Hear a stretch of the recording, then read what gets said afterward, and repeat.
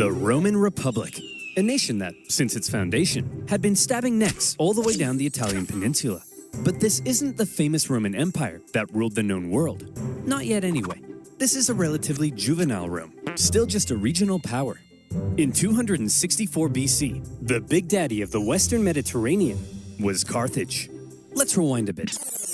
Carthage was founded in 814 BC, when some Phoenicians in Tyre had a mega surplus of goods and decided to export those goods across the Mediterranean. They became the dominant trading power in the region, and to support their growing trade network, the Phoenicians established a number of colonies, one of which was Carthage. Therefore, Carthage began its life as a Phoenician trade colony, and the Carthaginians were actually Phoenicians, or, if you're a Latin-speaking Roman, they were Punic.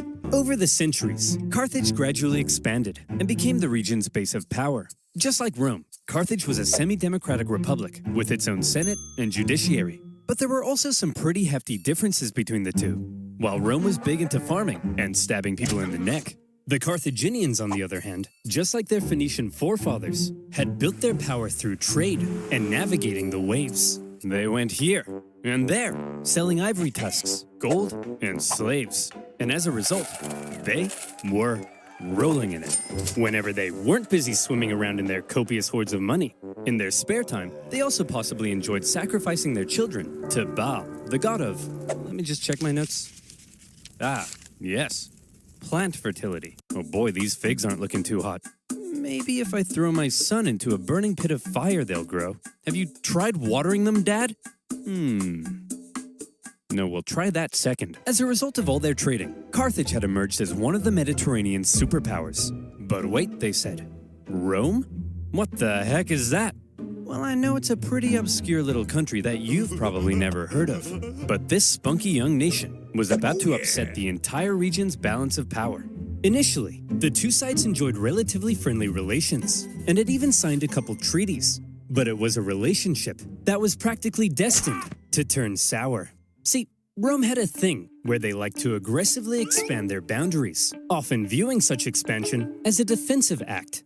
Meanwhile, Carthage was extremely protective of its wealthy trade network. So if you put a very strategically important island between them, well, 2 + 2 = war. Tensions rose, and the two sides began viewing each other with increasing disdain. The hard-working Romans looked across the water at the money-hungry Carthaginians and said, "Look at those dishonest crooks. Bet they've never done an honest day's work in their lives." And the Carthaginians looked back and said, "Look at those simple-minded brutes. Bet they've never sacrificed a baby in their lives." Yeah! While war between the two superpowers seemed inevitable, the event that finally triggered it was a little unexpected. The whole thing began with a few simple mad lads on a wild night out. These mad lads are called the Mamertines. They were Italian mercenaries employed by the tyrant of Syracuse, here. But when he died, his successor said, "Sorry fellas, we don't need any big burly men with sharp sticks anymore. You can all go home." The Mamertines, as it turned out, didn't want to go home. So instead, they went to the nearby town of Messana and said, "Hey man, we are but poor little buff boys without a home. May we come in?" Aw, poor fellas. Sure thing. Just so long as you promise not to massacre all of us. We promise. The Mamertines then massacred all of them. Well, not all of them, just the men. And they stole their homes and families. Ha! This is my house now. This is my best dad ever mug now. And you guys are my new family. Son, wanna go play catch with your old papa? You're not my real dad!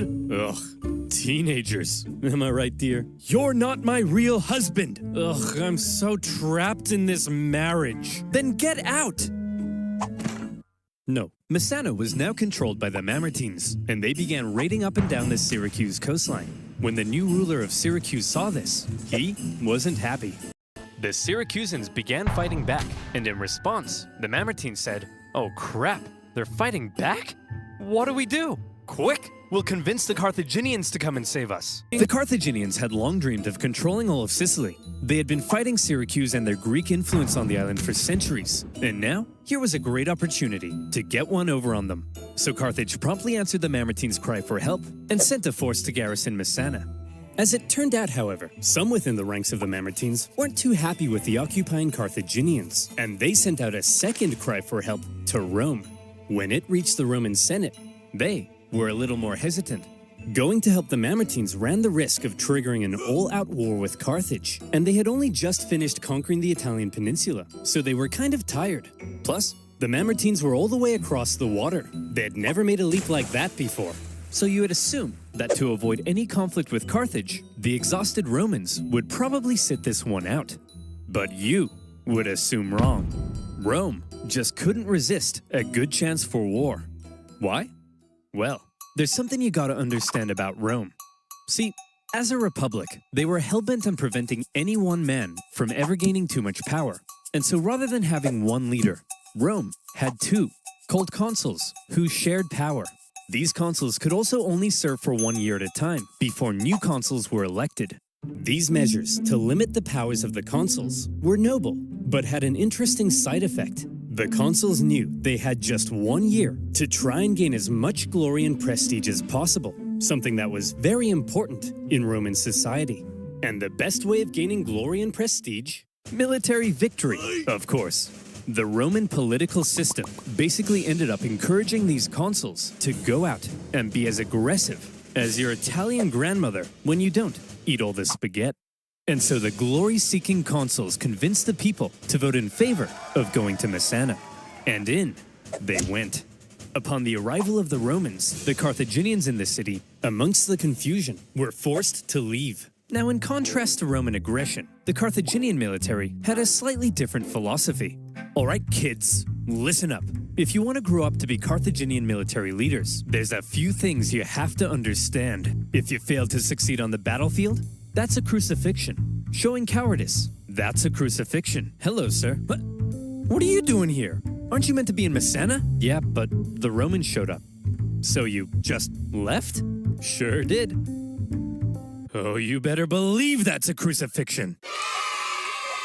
The Roman consuls were awarded for victory, and therefore tended to be aggressive go-getters. By contrast, the Carthaginian generals were brutally punished for failure, and so they tended to be more cautious and restrained. This dynamic is helpful for understanding some of the crazy things that happened during the Punic Wars. So, the Romans have crossed over to Messana, and now there was some red on the island. Hit that panic button. This turn of events was unacceptable to both Carthage and Syracuse, so the traditional enemies teamed up to kick the Romans off their island. They surrounded the city and said, "Hey, you jerks! This isn't your island! Come out of there at once!" "Okay, we're coming!"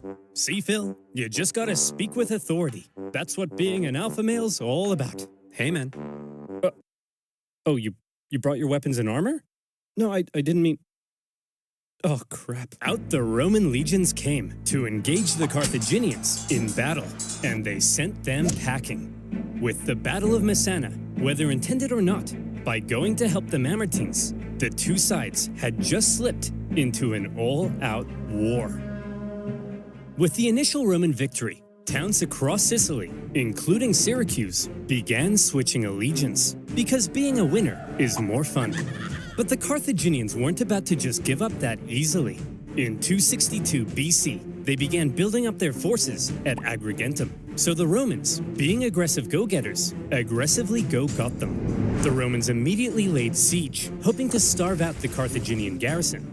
However, because this was the first time Rome had been fighting outside the Italian peninsula, across the water, they struggled to supply their forces, and before long, the Romans were as starving as the Carthaginians they were besieging. They had to forage for food, leaving them open to ambush.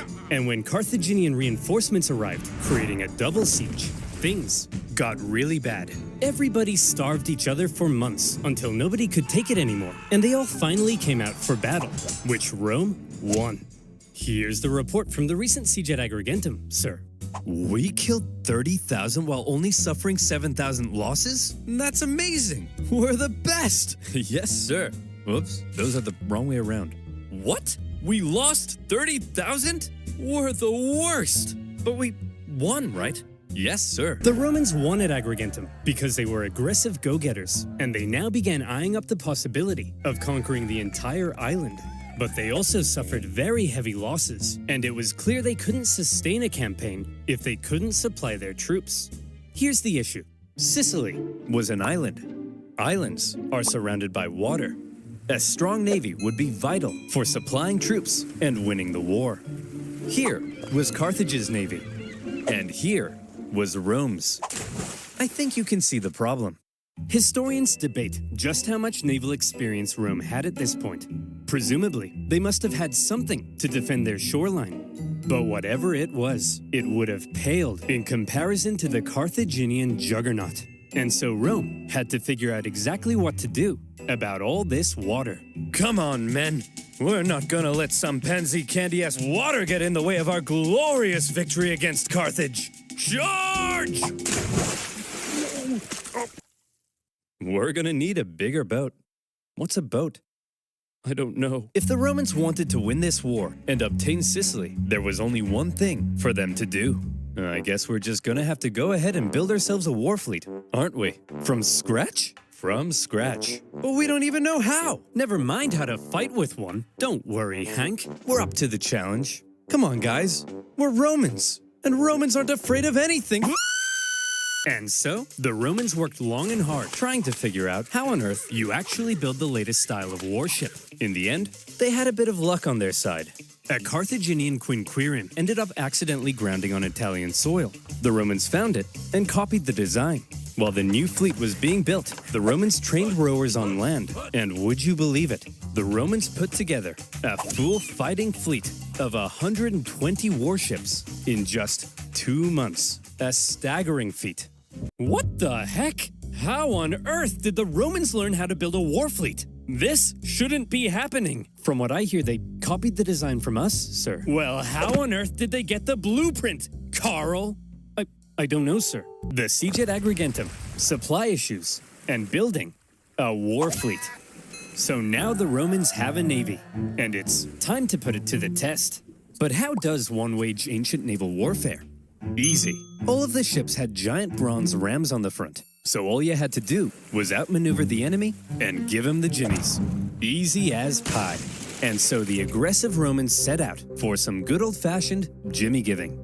The consul, Gnaeus Cornelius Scipio, set out for the town of Lipara, believing the garrison there wanted to join the Romans. As he entered the harbor, however, he found himself trapped by a Carthaginian fleet, and in the following skirmish, he was completely outmatched. The Romans may have had a brand new fleet, but when it came to engaging in actual combat, their inexperience showed. There was just something better about the Carthaginian ships. The Carthaginian rowers had nicer abs.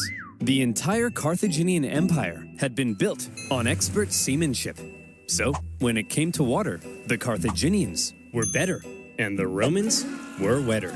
So what were the Romans to do? How could they possibly stand up to this Carthaginian superpower?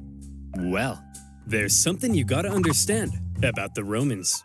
Back when they found that Carthaginian ship and copied its design, that wasn't a one-off thing. Copying their enemies was as Roman as punishing murderers by sewing them into a leather pouch with a monkey, snake, and rooster, and then throwing them into a river, which is a thing they did. Wait, what was I talking about? Oh yeah, copying their enemies. Many of the most famous Roman inventions were actually borrowed. Aqueducts, chariot racing, their gods. Even in warfare, the Romans would get pierced by a Sabine javelin, and they'd be like, wow. They'd get hacked to bits by an Iberian sword, and they'd be like, wow. And they'd copy the designs for themselves. However, they wouldn't just copy it. They would advance it, finding ways to adapt it as perfectly as possible. And in the case of naval warfare, the Romans realized if they wanted to beat the Carthaginians at their own game, they would have to adapt. The Romans excelled at combat on land, not on water. But what if, they said, we could somehow turn a sea battle into a land battle? Sounds crazy, right? Well, they made a couple of tweaks to their warship, and look, here they come again. Sir, what's that toll thing sticking out of their ships? They really are idiots. Look at that thing. That'll make them blow over. I mean, look at... Bob! Bob! Get your camera out. Take a picture of it. I mean, how stupid can you be? Let's just add a big wooden tower to our ship that'll weigh us down and blow us over in the wind. I mean, what does that thing even do?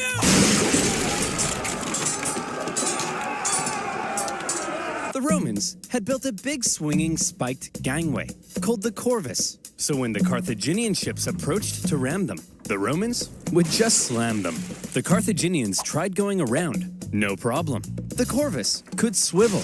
Try going behind, the Romans would huddle to the coastline. It was foolproof. Those big, sexy Carthaginian rowing muscles could flex all they want, but they were no match for the Roman mind. And with that, the Romans, who had only just recently began dabbling in the art of naval combat, thanks to their ingenious Corvus, had just managed to outclass the Mediterranean seafaring superpower. The Carthaginians were stunned, and the general in charge of the defeated Carthaginian fleet, well, you better believe that's a crucifixion. With their newfound control of the seas, the Romans could now more easily blockade coastal cities and supply their legions on land. Surely, the Romans were now free to unleash their aggression all over the island. Haha! Hey Carthaginians, what are you gonna do now that we're free to rampage across the island? We're gonna go inside these walls and close this gate. Oh, come on, guys. Stop messing around. Come out so we can kill you. No. Oh, come on. No. Oh, no. To counter the new Roman supremacy, the Carthaginians decided to engage in a defensive war of attrition, forcing the Romans to engage in siege after lengthy siege. The war in Sicily became a long, hard, back-and-forth slug. One by one, cities slowly fell as the Romans gained ground. Occasionally, the Carthaginians countered and even pushed them back, only for the Romans to rebound again. And whenever a city did finally fall, the Romans could delight in slaughtering the entire population and selling any survivors into slavery, which was pretty standard procedure at the time. In general, the campaign on land was progressing much slower than the Romans had hoped, and quite frankly, they were getting sick of it. So in 256 BC, they decided that something had to change. Hey everyone, my name's Marcus Attilius Regulus, and I'll be one of your consuls for this year. Look, as I'm sure you all know, Sicily's being a bit of a drag. Sure, I could go and spend my entire year as consul besieging one single city, but they'll never make a naked statue of me for that. So here's the new plan. I'm gonna skip Sicily entirely, take my army, and go right for the heart of Carthage itself. I'll slaughter the men, enslave all the women and children, and when I return, you'll all build 1,000 naked statues of me. Marcus, that women and children stuff, that seems pretty evil and barbaric. No, Jim, it's perfectly normal in the ancient world. Sometimes we even chop their pets in half. Okay, guys, looks like the Romans are coming straight for us this time. And what will they do when they get here? They'll kill us all. They'll massacre each and every last one of us. They may even chop our pets in half. That's barbaric! No, Rob, it's actually pretty normal for the time. We'd do the same to them. Who'll protect us? Funny you should ask, Mary. That's kind of why I called this meeting. Who will protect us? Protect our families, our homes, our children. You guys? Ha! Don't make me laugh. Why, you're just a bunch of stupid and weak farmers. Simple-minded buffoons. Cowards. Fools. Rob here thinks enslaving women and children is barbaric. You're a snowflake, Rob. Yes, you are. The fact is, if the Romans manage to land on African soil, we're all gonna die. A terrifying, hideous, unspeakably painful death. Is that the end of that speech? Yes. The Carthaginians had to stop the Romans from ever landing in Africa because they believed that would be the end. So as the Romans were building an invasion fleet, the size of which the world had never seen before, the Carthaginians were preparing an even bigger one to stop them. And in 256 BC, as the Roman invasion fleet made its way south, the stage was set for a humongous battle that saw 680 warships, around 300,000 men, fighting to decide the course of the war. To this day, the Battle of Cape Ignomus remains possibly the largest naval battle in human history, all the way back in ancient times. The Romans had a lot riding on this battle. They weren't just sending their warships, but transports as well, full of supplies and horses for their invasion of Africa. They therefore formed a protective wedge-like formation to punch through the long, thin Carthaginian line. The Carthaginian generals, however, desperate to prevent the Romans from reaching Africa, had a plan of their own. As the Roman fleet approached, the Carthaginian center feigned a retreat, luring the Romans in so their outstretched flanks could envelop them and get around the Roman corvus. A clever plan. But with such a huge battle and so many ships crowded together, the Carthaginians struggled to maneuver as hoped. And in the chaos, 3 separate battles emerged across the huge battle space. With the number of ships limiting their ability to maneuver, the Carthaginians became sitting ducks, and all the Romans had to do was start swinging. The Roman center came out on top, and were then able to turn around and rescue their pinned-down flanks. The Battle of Cape Ignomus was a Roman victory. After the gigantic battle at Cape Ignomus, the Romans were now free to land on African soil. And so, they did. The Carthaginians chose to focus on defending the city of Carthage itself. So the Romans immediately took the city of Aspis and were then free to raid and plunder the countryside. They took over 20,000 slaves and a ton of booty. But then, some orders arrived from the Senate. Send home the booty. So the other consul left with the booty, leaving Regulus and his forces on their own, and they began advancing towards Carthage. Along the way, according to the ancient writer Livy, they encountered a literal dragon. Now Livy was a Roman historian, so his account may be slightly exaggerated. As the Romans continued to plunder, the Carthaginian people flooded into the city. Now, not only was it in a major panic, but it was so crowded, the people began to starve. Don't panic, everyone! Look, I know you're all starving, but I still have food. For me. So, you know, it's not all bad.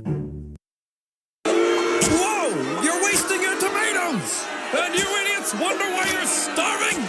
Oh well, it's just more food for me! Nom, nom, nom, nom. Things weren't looking good for Carthage. They had to do something to stop the Romans rampaging throughout their land. So they decided, finally, it was time to put an end to it. They headed out and set up on rough hilly terrain overlooking the Roman camp, and they prepared for battle. Now, while the Carthaginians were the traditional masters of the sea, on land, they weren't always the brightest. Case in point, setting up in this position overlooking the Roman camp was just about the stupidest thing they could have done. Why? Well, there's something you gotta understand about Carthage. The Carthaginian land forces actually suffered from a multitude of different issues. First of all, since the Carthaginians were rich, they could afford to pay a huge number of foreign mercenaries to fight for them. These mercenaries actually made up the vast majority of Carthage's forces, and therefore, Carthage's land armies were a melting pot of many different cultures. This, however, meant that if a battle wasn't going their way, there could be loyalty issues. Man, I ain't getting paid enough for this. You Balearic slingers better not be thinking of running away. What did he say? I don't know, man. I don't speak Phoenician. Let's get out of here. Clearly, there were also language issues. The military generals tended to be Carthaginian, but they made a lot of strange decisions. For example, one of the most feared assets of the Carthaginian army were the war elephants. To a Roman soldier who had never even seen an elephant before, this was like fist fighting, a literal monster. Yet the Carthaginians continually kept placing the elephants in the rear, where they were no use. In a similar fashion, the neighboring region of Numidia provided Carthage with the most skilled cavalrymen in the world. But the Carthaginians often chose to fight on rough, uneven terrain, where horses and elephants were less effective. And so, in this case, when the Carthaginians again chose the rough terrain near the Roman camp, the Romans easily sent them packing. Invading Africa, getting some booty, and sending the Carthaginians packing. Everything was looking up for Regulus. A Roman victory seemed like it was only a matter of time. But then, Regulus realized something. He had been consul for almost a year, and his term was coming to an end. He knew that if his successor took over and he finished the job, then he would get the naked statues, not Regulus. And there was no way Regulus was going to allow that. So he jumped the gun. You there, Carthaginian boy! I want you to deliver a message to your elders. I, Marcus Attilius Regulus, demand the total and unconditional surrender of Carthage. Unconditional surrender? Jeez, at least lay siege and starve us all to death first. Just deliver the message, you punk! He demands your total surrender. What? Jeez, at least lay siege and starve us all to death first. Hey, that's what I said. Well, boys, this Roman thinks we're out. But we're not out, are we, boys? No! We'll do what we always do in times like this. Hire somebody else to solve our problems for us. Darren, bring in the Spartan. Regulus's overly harsh demands had the unintended effect of reinvigorating Carthaginian resolve. They brought in a mercenary from the famed land of Sparta named Xanthippus to help dig them out of this situation. And we all know what Spartans are like.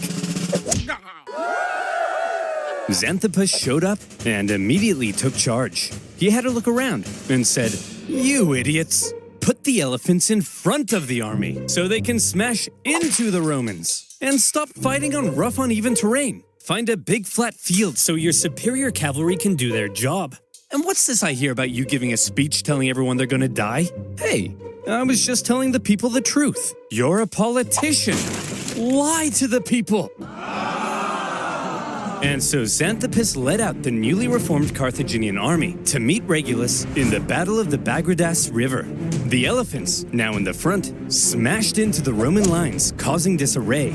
The cavalry, with total freedom of movement, outflanked the Roman infantry. Thanks to this impressive Spartan, the battle was a total Carthaginian victory.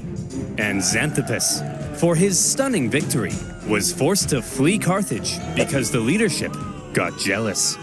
Regulus, the Roman consul, was captured during the battle. Legend has it, he was brought before the Carthaginian council, and they made a proposition. Well, Reggie, not looking so good anymore, is it? Looks like we beat you pretty bad. Nobody likes a sore loser, do they? No. How about this? We're gonna send you back to Rome, and you convince the Roman Senate to surrender to us. If you fail, though, you gotta come back so we can torture you to death, okay? Okay. You promise? I promise. Hey guys. Whoa, Regulus! We thought you got captured. I did, but they sent me back to convince you to surrender. Well, should we? Surrender? No! Never surrender! Give 'em hell, boys. They're at the end of their rope. Anyway, I gotta go be tortured to death now. What? Yep, part of a deal I made. It's a long story. Oh, hey, wait! Regulus! No, it's cool, guys. I promised. Regulus! This is ancient times. We massacre entire populations. We chop pets in half. You can break a promise. No, Tim! You never break a promise. That's too far. And so, Regulus went back to Carthage and was tortured to death. And for keeping his promise, he was immortalized as the leading symbol of Roman virtue.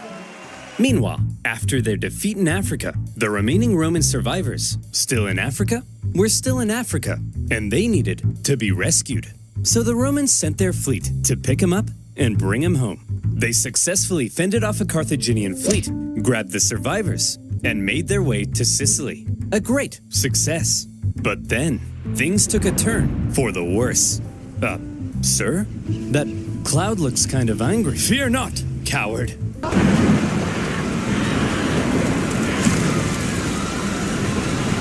284 ships, nearly 80% of the Roman fleet was destroyed. As many as 100,000 men drowned in a terrifying act of nature. Never before had Rome lost so many men in a single incident. 100,000 casualties for any other nation would be crippling. Any other nation would hastily sue for peace. Any other nation would spend decades trying to recover. But Rome was not just any other nation. Infamous for its unrelenting determination in the face of overwhelming odds, Rome said, well, I guess we'll just have to build another fleet. And they did. In just 3 months, they built 220 more ships. An astonishing feat. The Romans sent out their brand spanking new war fleet, and they got caught in another storm. This time, a whole nother fleet was lost. And still, the Romans did not give up. The Carthaginians couldn't believe it. Their enemy had just lost hundreds of thousands of men, had 2 fleets almost entirely destroyed, and they still wouldn't surrender.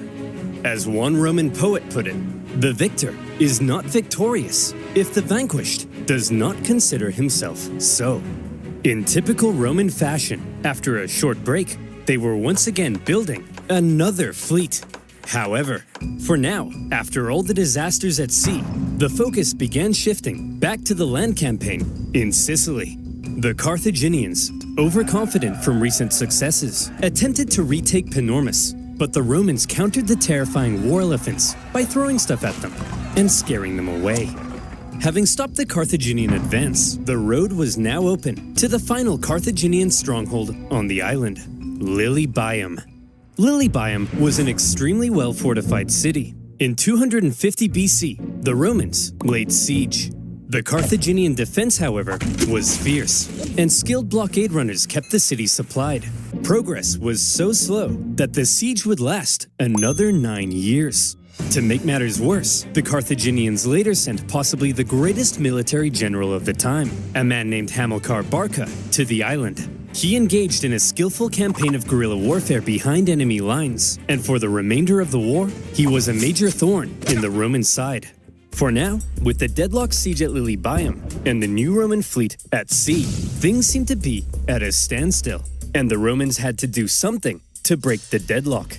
Thankfully, the Roman consul, Clodius Pulcher, had an idea. He tried to get things moving by attacking the Carthaginian fleet at Trapana. Now, before a battle, to predict if they would win, it was common for the Romans to look for signs from the gods.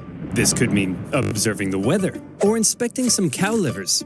You know, typical religion stuff. In this case, Pulcher reportedly tried to feed some sacred chickens, but unfortunately for him, they wouldn't eat a crumb.